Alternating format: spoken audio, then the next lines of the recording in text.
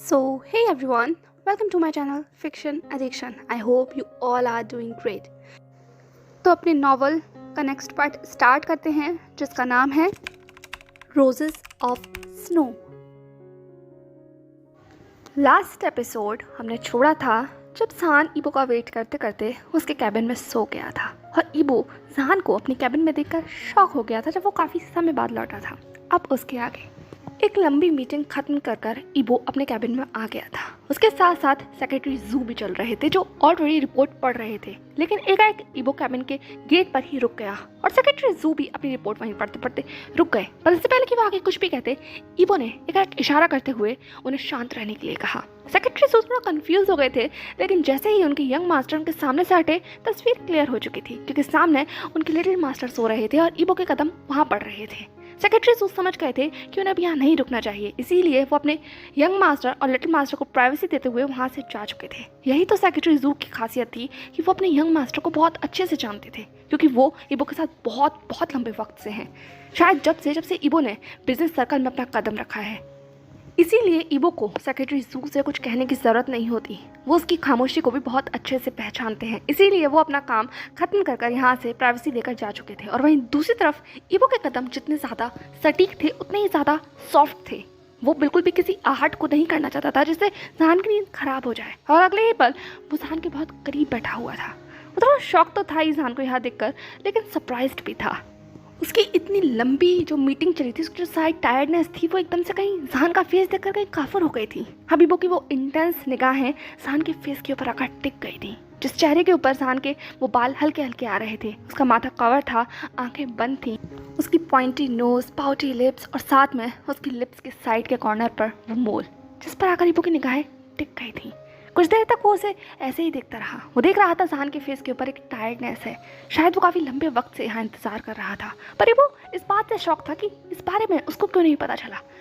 लान corporation में जहान यहाँ आया है, उसका हस्बैंड आया है और इस बारे में उसे कोई इन्फॉर्मेशन नहीं है। अगर उसे पता होता तो जहान को इतना वेट नहीं करना पड़ता। और उससे भी बड़ी बात, जहान कितने लंबे समय से यहाँ इंतज़ार कर रहा है।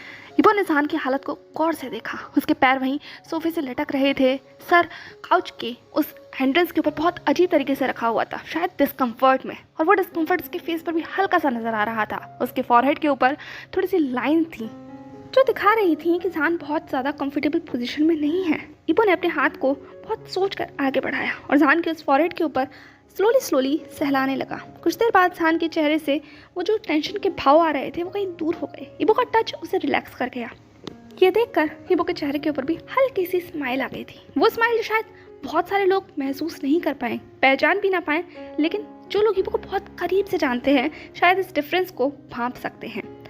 ईबो ने उसके बाद जहान की कॉलर को ठीक किया, उसकी जैकेट को उसको वापस अच्छे से उड़ाया, ऑफिस के टेम्परेचर को थोड़ा सा कम किया, क्योंकि वो महसूस कर सकता था शायद जहान को ठंड लग रही है, इसलिए वो अपने आप को थोड़ा ज़्यादा श्रिंक कर उस काउच पर लेटा हुआ है। उसके बाद ईबो ने बहुत ही संभाल कर जहान के हेड को उस हेडबोर्ड से नीचे किया और प्लो लगाकर वहाँ आराम से उसे लिटा दिया। वो सब कुछ कर ही रहा था, तभी अचानक से बिना किसी इन्फॉर्मेशन के, बिना नॉक के उसका कैबिन का गेट खुल जाता है। और ये चीज़ ईबो को गुस्सा दिलाने के लिए इतनी ज़्यादा काफ़ी थी कि उसके चेहरे पर जो कोई भी सॉफ्ट एक्सप्रेशंस थे, जहान को देखकर वो एकदम से काफुर हो गए। अब उसका पूरा फेस कोल्ड था और आंखें बहुत ही एंग्रीली उस शख्स की तरफ देख रही थी जो बिना किसी प्रायर नोटिस के उसके कैबिन में इस तरीके से आ गया जैसे कि वो कैबिन उसका है। और उस कैबिन के गेट पर कोई और नहीं बल्कि लूसी थी, जो जहान के लिए एक ड्रिंक लेकर आई थी या जहान को और ज्यादा जेलस फील कराने के लिए आई थी। पर एकाएक जब उसने ईबो को वहां देखा तो उसकी सारी हवाइयां उड़ चुकी थी। उसका गला सूख गया, क्योंकि ईबो जिस तरीके से उसे देख रहा था वो डर गई थी। वो जानती थी कि ईबो के कैबिन में बिना नॉक किए हुए आना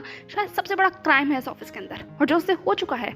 उसने तुरंत अपने आप को ठीक करते हुए कहा, आई एम सॉरी सर। ईबो ने कहा, हाउ डेयर यू।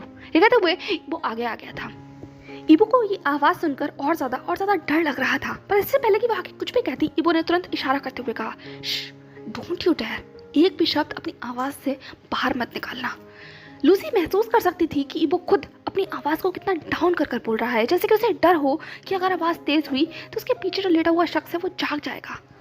और ये चीज़ देखकर कहीं ना कहीं लूसी का फेस जो बिटर हो गया था। उसने कहा, आई एम सॉरी। ये कहते हुए उसने वो कर लिया था। ईबो ने कहा, बाहर चलो। इसके बाद ईबो कैबिन को वहीं बंद कर बाहर अपने मेन कैबिन में आ गया था। और लूसी भी हिचकिचाते हुए वहाँ पर फाइनली आ गई थी। उसने अपना सर झुका रखा था और अपने हाथ में पकड़ी हुई ट्रे को और ज़्यादा टाइटली पकड़ लिया था, क्योंकि वो जानती थी अब पक्का उसकी डांट लगने वाली है। और ईबो ने वही किया। उसने लगभग अपनी स्टन वॉइस में कहा, तुम्हारी हिम्मत कैसे हुई कैबिन में बिना नॉक किए हुए अंदर आने की? मैंने कितनी बार कहा है मेरे कैबिन में कोई बिना नॉक किए हुए नहीं आएगा। ठीक है, तो वही वो बहुत डार्कली लूसी की तरफ देख रहा था। लूसी ने तुरंत अपना सर बो करते हुए कहा, सॉरी सर, नेक्स्ट टाइम ये नहीं होगा। ईबो ने कहा, नेक्स्ट टाइम नहीं होता मेरे यहाँ पर, और तुम्हें तो फर्स्ट टाइम भी यहाँ पर बहुत रिक्वेस्ट से मिला है, तो इस चीज़ को कभी मत भूलना। ठीक है, तो वही ईबो ने लूसी को याद दिला दिया था कि वो असल में यहाँ क्यों है। वो यहाँ उसका वेलकम कभी भी नहीं था, वो तो उसके फादर के रिक्वेस्ट पर वो यहाँ खड़ी हुई है। ये चीज़ लूसी को बिल्कुल भी अच्छी नहीं लग रही थी, पर वो कुछ कह नहीं सकती थी सिवाय अपने सर झुकाने के। ईबो ने कहा, और मुझे पता क्यों नहीं चला जहान यहाँ था? हाँ, ठीक है, तो वे ईबो और ज़्यादा डार्कली साउंड कर रहा था। उसकी आवाज़ में उसकी इरिटेशन, फ्रस्ट्रेशन और गुस्सा साफ नजर आ रहा था। लूसी ने कहा, सर आप मीटिंग में थे। ईबो ने कहा, सो व्हाट? अगर जहान मुझसे मिलने आएगा तो तुम मुझे नहीं बताओगी? मैंने अंकल जू को साफ कह रखा है, कोई भी लैंड मेंशन से आएगा तो उसके बारे में मुझे इन्फॉर्मेशन दी जाएगी। मैं डिसाइड करूंगा कि मैं उस शख्स से मिलना चाहता हूँ या नहीं। मेरे बिहाफ पर तुमने डिसीजन कैसे लिया, कैसे डिसाइड कर लिया कि तुम्हें मुझे इन्फॉर्मेशन नहीं देनी है कि जहान मुझसे मिलने आया था? वो कब आया था यहाँ? ठीक है, तो वही वो और ज़्यादा लूसी के करीब आ गया था। उसका डोमिनेंस देखकर, उसका ऑरा देखकर लूसी बहुत घबरा गई थी। वो इतनी ज़्यादा घबरा गई कि उसके हाथ से ट्रे लगभग छूटने ही वाली थी। तभी उसने खुद को संभालते हुए कहा, आई एम सॉरी सर, मुझे नहीं पता था। एक घंटे पहले मिस्टर शाह यहाँ पर आए थे।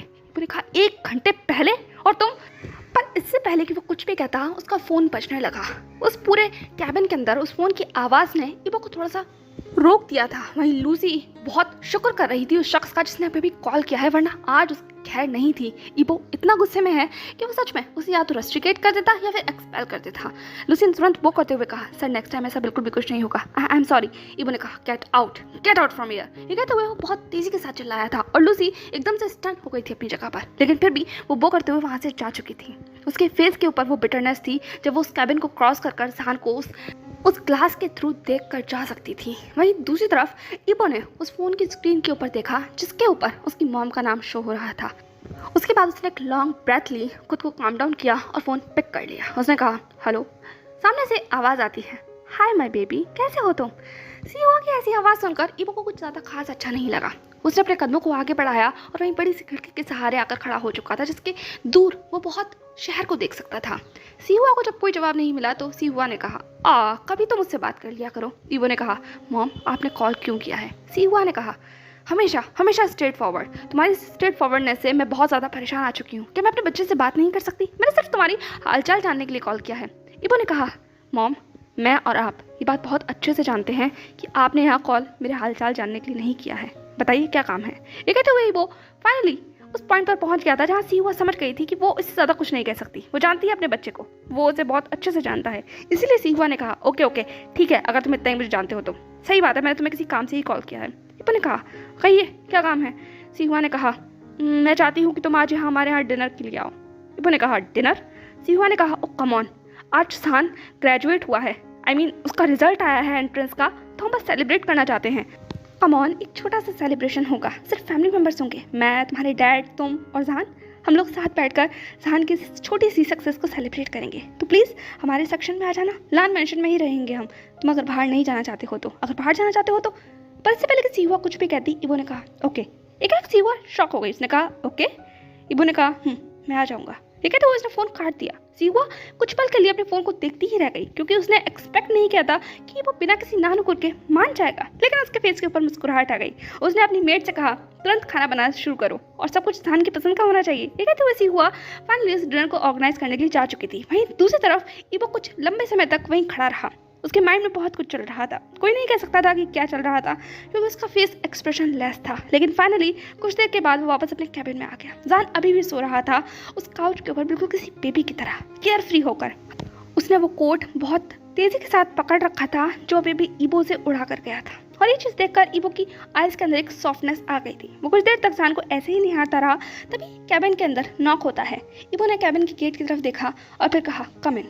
सामने से और कोई नहीं बल्कि अंकल जू आए थे। अंकल जू ने ईबो की तरफ बहुत धीमी आवाज़ में करते हुए कहा, यंग मास्टर, लिटिल मास्टर अभी तक सो रहे हैं? ईबो ने कहा, अंकल जू ने कहा, आपके साइन चाहिए थे फाइल पर, प्लीज़ साइन कर दीजिए। ये कहते हुए उसने फाइल वहीं रख दी थी। इबो ने कहा, रख दीजिए, मैं साइन कर रहा हूँ। ये कहते हुए इबो फाइल को पढ़कर साइन करने लगा। कुछ देर ऐसे ही गुजर गया। उसके बाद इबो ने अंकल जू की तरफ देखते हुए कहा, अब मैं यहाँ से जाना चाहूँगा, मुझे मॉम ने बुलाया है, इसलिए घर जल्दी लौटना होगा। अंकल जू ने कहा, ओके यंग मास्टर, कोई बात नहीं। इसके बाद इबो जहान की तरफ बढ़ गया। उसने अपना कोट उठाया। इससे पहले कि वो जहान को आगे उठाता, एक अंकल जू ने कहा, यंग मास्टर, आप चाहे तो मैं लिटिल मास्टर को कैरी पर इससे पहले कि वो कुछ भी कहता, एक इबो ने स्टनली अंकल जू की तरफ देखा। अंकल जू अपनी जगह पर थोड़े स्टन हो गए थे। उन्होंने कहा, आई एम सॉरी, क्या हमने कुछ गलत कहा? इबो ने कहा, मैं अपने हस्बैंड को खुद कैरी कर सकता हूँ।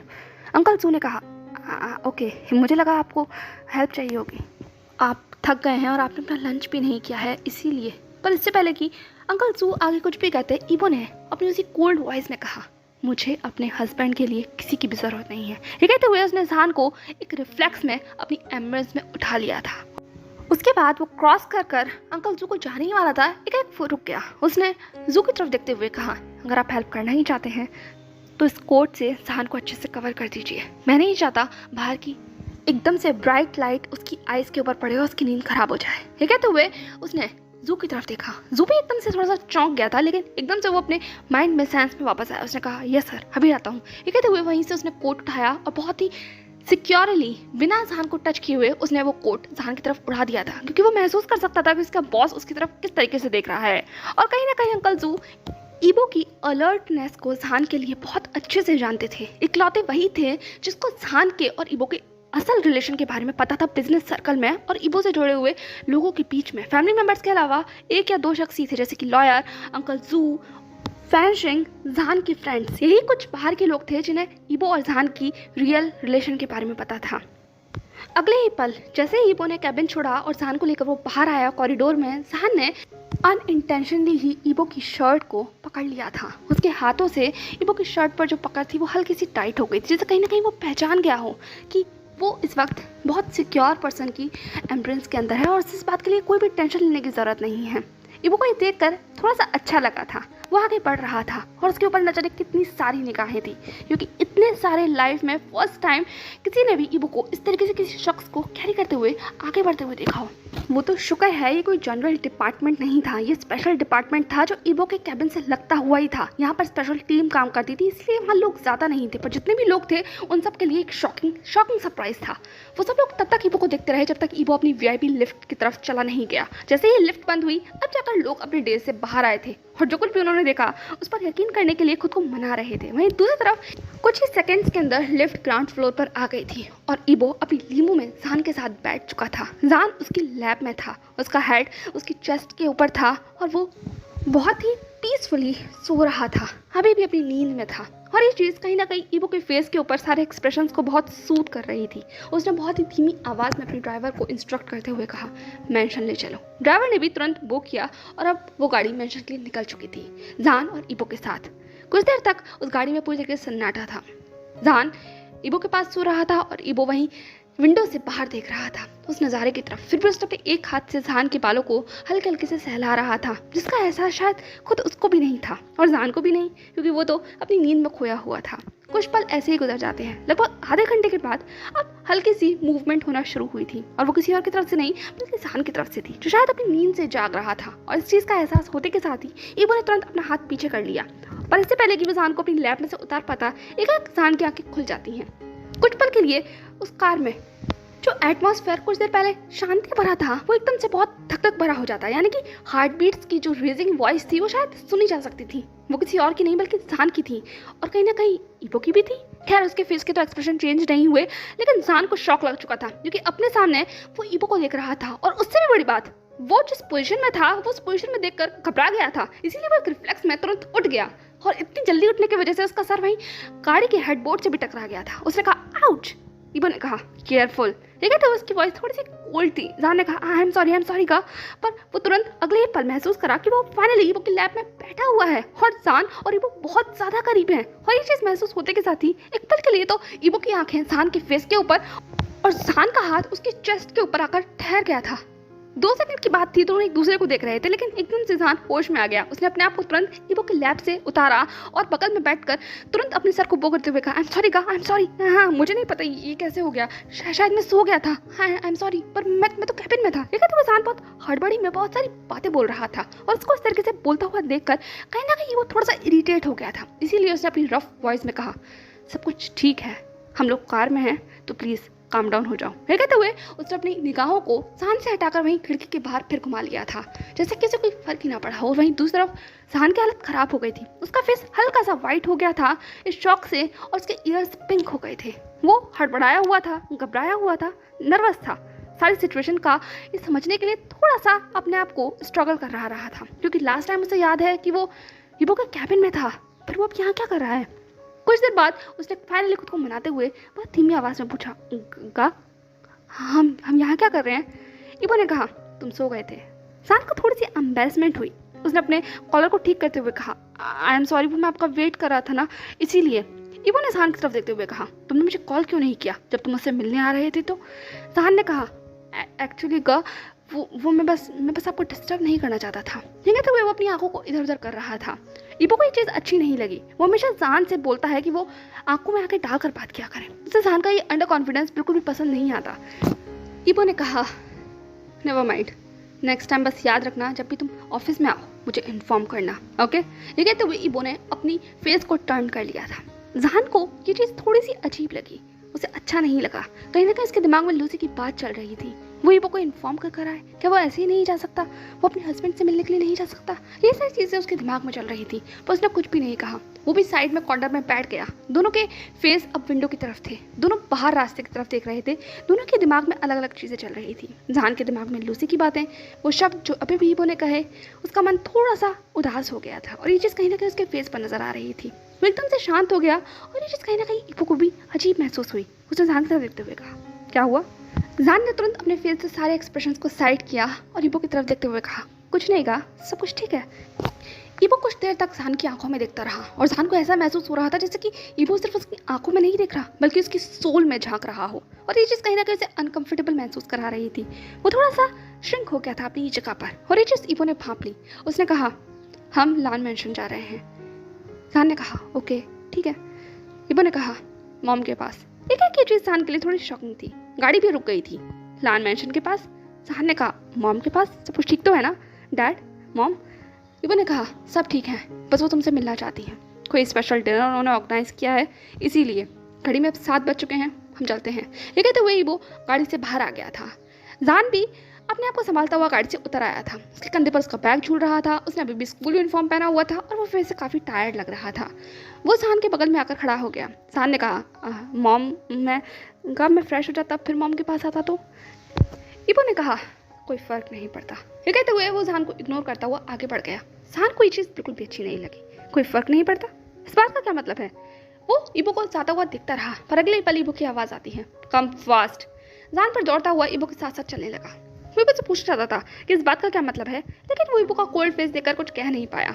कुछ ही पल में वो लोग फाइनली लान मेंशन में आ चुके थे। दोनों लान कपल उनका इंतजार कर रहे थे। सीहुआ ने तुरंत जान की तरफ देखते हुए कहा, माय गॉड, मेरा प्रिटी चाइल्ड, मम्मा तुम्हारा कब से वेट कर रही थी। ये कहते हुए सीहुआ आगे आ गई थी और इससे पहले कि जान कुछ भी कह पाता, सीहुआ ने उसे हक कर लिया था। जान भी उसकी एम्ब्रेस में पिघल गया। जान ने भी सीहुआ को हक करते हुए कहा, मैं भी आपको मिस कर रहा था मॉम। सीहुआ ने कहा, मिस छोड़ो, कांग्रेचुलेशन डियर, तुमने तो कमाल कर दिया। मुझे पता था मेरा जान सबसे इंटेलिजेंट है। ये कहते हुए वो जान को कुछ ज़्यादा ही प्रेस करने लगी और कहीं ना कहीं ये चीज़ पीछे खड़े हुए लैनवेन हुआ भी समझ गए थे। और कहीं ना कहीं ईबो अपनी मॉम को ऐसे दिख रहा था जैसे कि उसे इरिटेशन हो रही हो अपने मॉम के इस ओवरली स्वीट बिहेव से। और ये चीज़ कहीं ना कहीं लैनवेन हुआ भाप गए थे। वो अपने बच्चे के एक्सप्रेशंस को पढ़ना जानते थे, इसीलिए उन्होंने अपने कदमों को आगे बढ़ते हुए सीहुआ के कंधे पर हाथ रखते हुए कहा, सारी बात तुम यहीं खड़े होकर कर लोगे क्या। दोनों बच्चे थक कर आए हैं, उन्हें कम से कम पानी के लिए तो पूछो, खाने के लिए तो पूछो। कमॉन, जान को अंदर आने दो। ये कहते हुए उन्होंने सीहुआ को जान से अलग कर दिया था। सीहुआ ने भी कहा, हाँ मैं तो भूल ही गई थी, कमॉन जान अंदर आओ, ईबो अंदर आओ। ये कहते हुए वो दोनों को लेकर आगे आ गई थी। फाइनली सब लोग डाइनिंग टेबल पर बैठ चुके थे। सामने इतना सारा लजीज खाना देखकर जान के फेस के ऊपर एक्साइटमेंट साफ नजर आ रही थी। उसने चहकते हुए कहा, मॉम इतना सब कुछ डिलीशियस आपने क्यों बनाया है, क्या कोई स्पेशल ओकेजन है। एक जान ने अपने हाथ में फोक उठा ली थी। वो भी चीज़ों को देख रहा था। सीहुआ ने जान को सर्व करते हुए कहा, ऑफ कोर्स स्पेशल ओकेजन है, क्या ईबो ने तुम्हें बताया नहीं? ये कहते हुए सीहुआ ईबो की तरफ देखने लगी। वहीं ईबो बिल्कुल इमोशनलेस होकर अपना खाना खा रहा था, जैसे उसे इस बातों से कोई भी फर्क ना पड़ रहा हो, ना ही कोई इंटरेस्ट हो। एक जान रुक गया। जान ने ईबो की तरफ देखते हुए कहा, गाने तो नहीं बताया मॉम, क्या बात है, क्या कुछ स्पेशल है? ये कहते हुए जान नर्वसली सीहुआ की तरफ देखने लगा। अजीब सी ऑकवर्डनेस छा गई थी उस एक सेकंड के लिए, लेकिन अगले ही पल सीहुआ ने उस ऑकवर्डनेस को दूर करते हुए कहा, ओह शायद वो भूल गया होगा, ये हमने स्पेशल डिनर तुम्हारे लिए ऑर्गेनाइज किया है। आखिर तुमने स्टेट में टॉप जो किया है एंट्रेंस एग्जाम के लिए, congratulation my child, very good. ये कहते हुए सीहुआ हंसने लगी। जान भी थोड़ा सा एम्बेरस फील कर रहा था। इतनी ज़्यादा प्रेज और सीहुआ की ऐसी बातें उसे बहुत अच्छा फील करा रही थी, वो वार्मनेस फील कर रहा था। जान ने मुस्कुराते हुए कहा, थैंक यू मॉम, वैसे इतनी बड़ी कोई बात नहीं है, वो बस एक एंट्रेंस टेस्ट था। लैनमैन हुआ ने कहा, कम ऑन चाइल्ड, तुमने अच्छा किया है तो तुम्हें उसके लिए तो प्रेज मिलना ही चाहिए ना, ये लो तुम्हारे लिए गिफ्ट। ये कहते हुए लैनमैन हुआ ने एक बहुत बड़ा सा बॉक्स जान की तरफ सरका दिया था। जान ने कहा, इसमें क्या है? लैनमैन हुआ ने कहा, बस छोटा सा गिफ्ट है तुम्हारी इस ब्यूटीफुल सी सक्सेस के लिए। ये कहते हुए लैनमैन हुआ मुस्कुरा रहे थे। जान ने कहा, मैं इसे अभी खोलना चाहता हूँ। तभी ईबो की आवाज़ आती है, अपना खाना खाओ, बाद में खोलकर देखना। ईबो की ऐसी आवाज़ सुनकर एकाएक सब शांत हो गए थे। सबने मुड़कर ईबो की तरफ देखा, जिसका सर झुका हुआ था, जैसे कि उसका पूरा कंसंट्रेशन उसके खाने की तरफ हो, लेकिन ध्यान कहीं ना कहीं जान की हरकतों के ऊपर भी था। जान ने कहा, ओके गा, ठीक है, मैं बाद में देख लूंगा। लैनमैन हुआ ने कहा, कम ऑन, वो देख लेगा तो अभी क्या प्रॉब्लम है? ईबो ने अपनी निगाहों को उठाकर अपने डैड की तरफ देखा और अपने उसी मोनोटोन में कहा, वो बाद में देखेगा, मैनर्स सबसे पहले है डैड, शायद यही आपके रूल्स हैं, भूल गए हैं क्या आप? लेकिन तो ईबो लैनमैन हुआ को याद दिला रहा था उनके वो सारे रूल्स जो बचपन में वो ईबो को सिखाते थे। उसकी ऐसी बातें सुनकर कहीं ना कहीं सीहुआ और लैनमैन हुआ दोनों ही शांत हो गए थे। दोनों ही बहुत ही अजीब एक्सप्रेशन के साथ ईबो की तरफ देखने लगे, पर ईबो ने अपनी निगाहों को तुरंत झुकाकर अपनी प्लेट के ऊपर कर लिया था। माहौल शांत हो गया था। जान भी इस ऑकवर्डनेस को भाप गया था, इसीलिए उसने कहा, ठीक है गा, मैं बाद में देख लूंगा डैड, कोई बात नहीं। मॉम प्लीज सर्व कीजिए ना, हम स्टार्ट करते हैं डिनर। इसके बाद सब लोग शांति से डिनर करने लगे। उसके बाद उस टेबल पर एक भी आवाज़ नहीं आई तब तक जब तक कि डिनर खत्म ना हो जाए, क्योंकि लैंड मैंशन का एक और ये रूल था कि खाना खाते वक्त कोई भी बात नहीं करेगा। और इस चीज़ को शायद लैंड कपल तो आगे बढ़कर भूल गए थे जब से जान उनकी ज़िंदगी में आया था, पर ईबो नहीं भूल पाया था। आज भी ईबो वही स्ट्रिक्ट रूल फॉलो करता है, खाने वक्त बात ना करने का। और ईबो का मूड खराब ना हो जाए, इसीलिए बाकी सब भी इस रूल को यहाँ इस वक्त फॉलो कर रहे थे। जैसे ही फाइनली डिनर खत्म हुआ, अब जाकर लैंडमैन हुआ ने कहा, जान वैसे मुझे तुमसे पूछना था, तुमने यूनिवर्सिटी के बारे में तो सोच ही लिया होगा ना, रिजल्ट अच्छा है तो काफ़ी सारे कॉलेज में इस वक्त अप्रोच करना चाहेंगे, कुछ सोचा है? ये कहते हुए वो लोग डिजर्ट कर रहे थे। जान ने एक्साइटेडली कहा, यस डैड, मैंने सोच लिया है। सीहुआ ने कहा, अरे वाह, तुम दोनों ने डिसाइड कर लिया। ईबो, जान, क्या सोचा है तुम लोगों ने? जैसे ही सीहुआ ने वहीं टेबल पर बैठते हुए ये बात कही, ईबो और जान दोनों ने एक एक जवाब दिया। ईबो ने कहा ऑक्सफोर्ड और जान ने कहा कुसू। दोनों का अलग जवाब सुनकर टेबल पर एक बार फिर से शांति छा गई थी।